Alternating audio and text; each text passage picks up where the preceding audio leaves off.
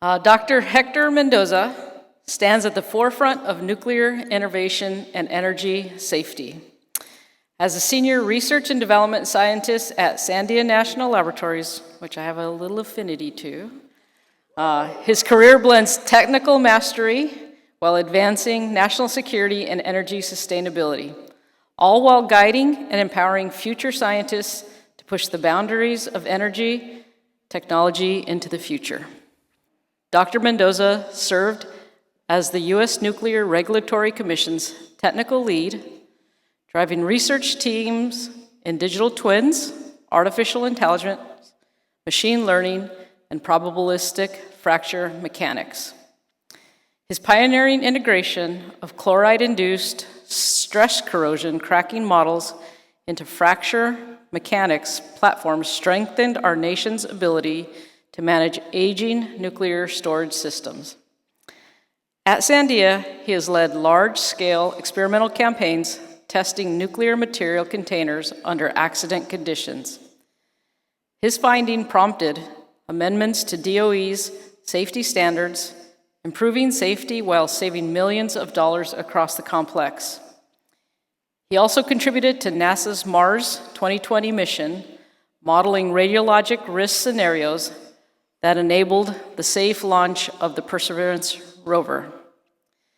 Beyond nuclear energy, Dr. Mendoza has advanced renewable technologies. He spearheaded multiphysics modeling for solar power, developed machine learning tools for energy forecasting, and led immersion cooling research showing that data centers can recover up to 90% of heat while easing the strain on the grid. With over 40 peer-reviewed publications, he is recognized as a thought leader in predictive modeling and advanced energy systems, earning multiple Sandia Awards and the Secretary of Energy's Achievement Award. His personal journey is equally inspiring.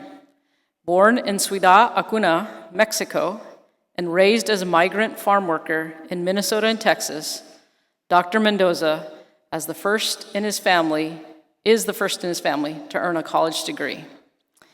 He mentors countless students, engages family through Sandia's bilingual Manos program, and volunteers with refugee support organizations. His groundbreaking research and lifelong commitment to service make him a model of resilience and inspiration for generations to come, and a worthy addition to the HENAAC legacy. Ladies and gentlemen, it is a true pleasure and honor to present the 2025 Scientist of the Year Award to my colleague, Dr. Hector Mendoza.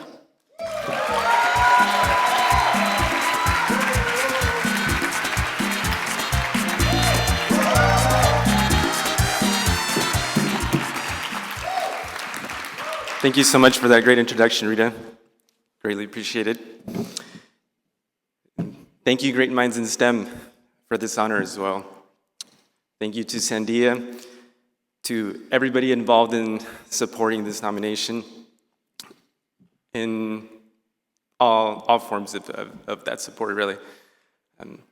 As an immigrant from a working class family, tonight's theme, STEM for All, it resonates deeply within me.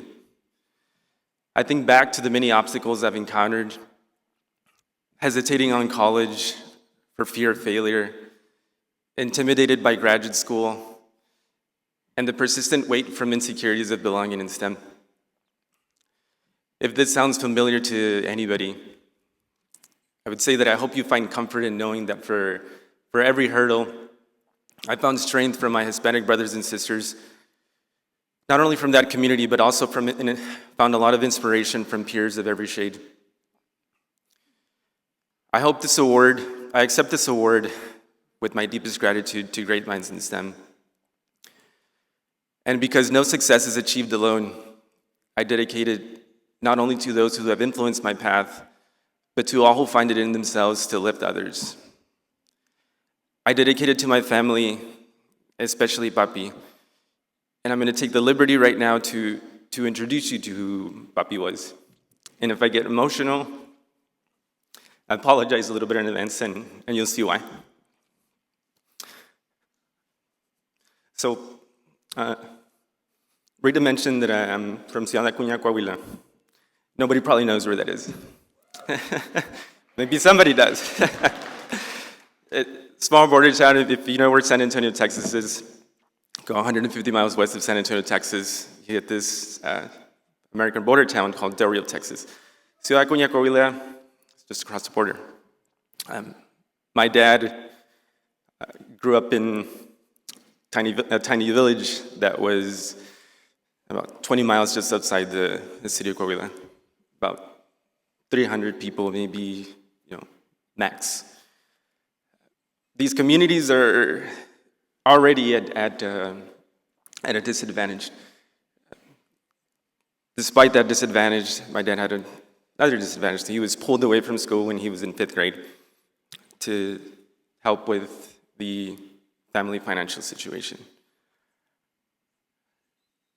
Despite having this adversity, he meets my mom at some point along the way, get married, immigrate to the States to try to find a better life for their family, for raising myself and my 5 siblings. The person that my dad became as an adult, as a father, I have to strongly acknowledge that he did that alongside my mom. Would never take away anything from her. However, along the way, the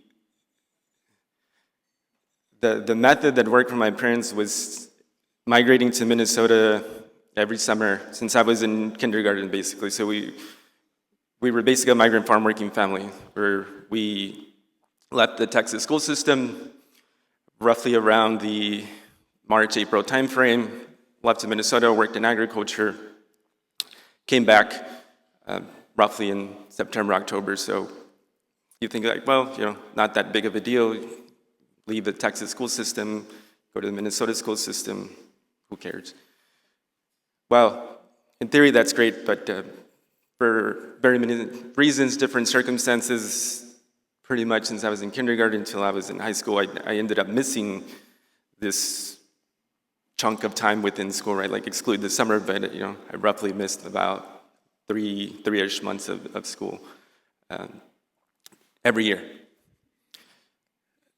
Despite that, my parents found it in themselves to instill values that I bring with me to all life aspects, to work, everything that I do. And one of those values that I think is that just strongly stays with me is whatever that I do, I try to do it right. And that's something that my dad always exemplified. You think of somebody with a 5th grade education, what was going on there, what did they do to raise a kid who ended up going to Berkeley and eventually working at a national lab. They did a lot of things right, but one of the things that I think that is a common theme within tonight, and not just tonight, but communities that come from similar environments that I talk to all the time. Maybe some people have that extra special spark. To me, my dad had that special spark. He, despite the education that he had, he built our home. He was the architect, the engineer of our home, the architect and the engineer also of our value systems. He was unlucky, right? My dad passed away about 4 years ago not necessarily that important to state the reasons, but you can say that in a lot of ways that the life that he took and the pathway that he ended up going through, it was a blessing and a curse. So he was unlucky, but he changed my luck. So for that reason, STEM is for all. I'd like to dedicate this award, again, dedicated to my family, especially Papi, whose unfulfilled intellect he endures as my inspiration to embody the PhD he never became, but that he was always meant to be. Thank you.